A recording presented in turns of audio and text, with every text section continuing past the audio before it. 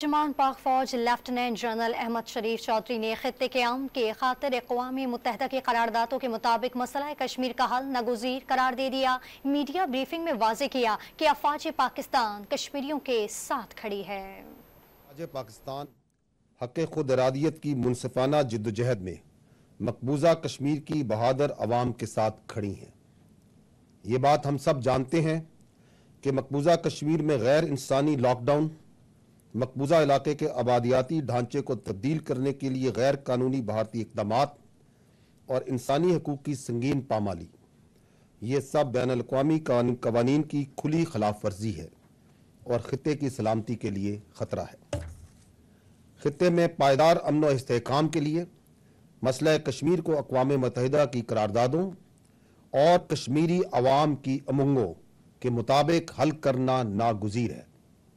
आज के दिन अफ़वाज पाकिस्तान मकबूजा कश्मीर के शहदा को उनकी अजीम कुर्बानियों पर खिराज तहसीन पेश करती है। वज़ीर आज़म शहबाज शरीफ ने एक बार फिर भारत को अमन और मुज़ाकरात की पेशकश कर दी।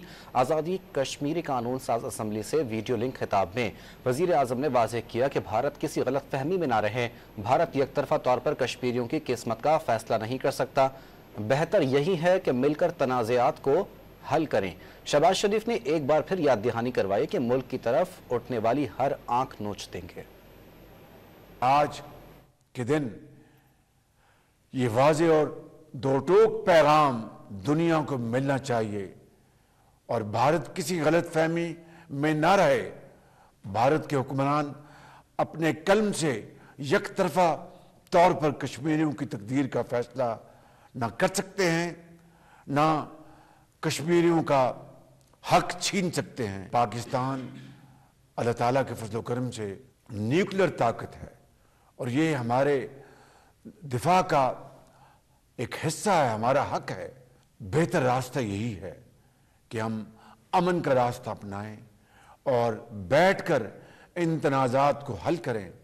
हिंदुस्तान को होश के नाखून लेने पड़ेंगे कि उसको अच्छी तरह इल्म है कि पाकिस्तान की तरफ वो आंखों में आंखें डालकर बात नहीं कर सकता कि अल्लाह ताला ने हमें ये ताकत अता फरमाई है कि हम ऐसी आंख को नोच लेंगे और पांव तले रोल देंगे जो कि पाकिस्तान की तरफ उठेगी।